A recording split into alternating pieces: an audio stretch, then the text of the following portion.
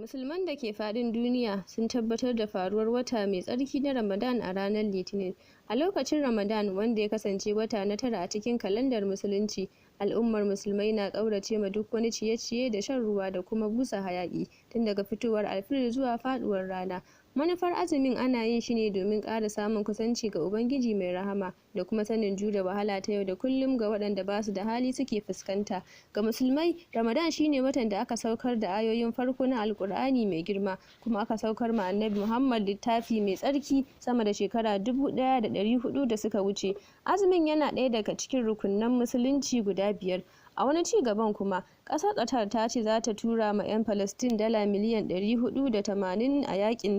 a yankin da ke West Bank da wani yanki na Gaza bayan an samu yarjejeniyar da ta kawo ƙarshen wannan mummunan faɗa da ake yi tsakanin 'yan Isra'il da Falastin tun shekara ta 2014 a waɗannan yanki. A wani sanarwar da ministirin da ke kula da ƙasashen waje ta yi da ke Qatar ranar Talata da safe, sun ce dala miliyan 300 za ta tallafa ma shirye-shiryen da ake na harkokin lafiya da kuma karatu ga 'yan Ramallah, wato mazauna Falastin wanda ke kula da wani yanki na West Bank.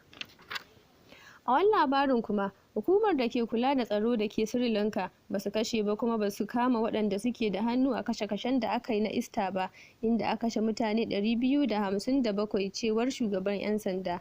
A wata sanarwar da Chandana ya yi ranar Talata, ya faɗa cewa 'yan sanda sun lissafa duk wani wanda ke da hannu a harin da aka kai ma cocina guda 3 da manyan hotel. Kaɗan daga cikin labaran duniya, Sa'adatu Wakil ke da Musulmai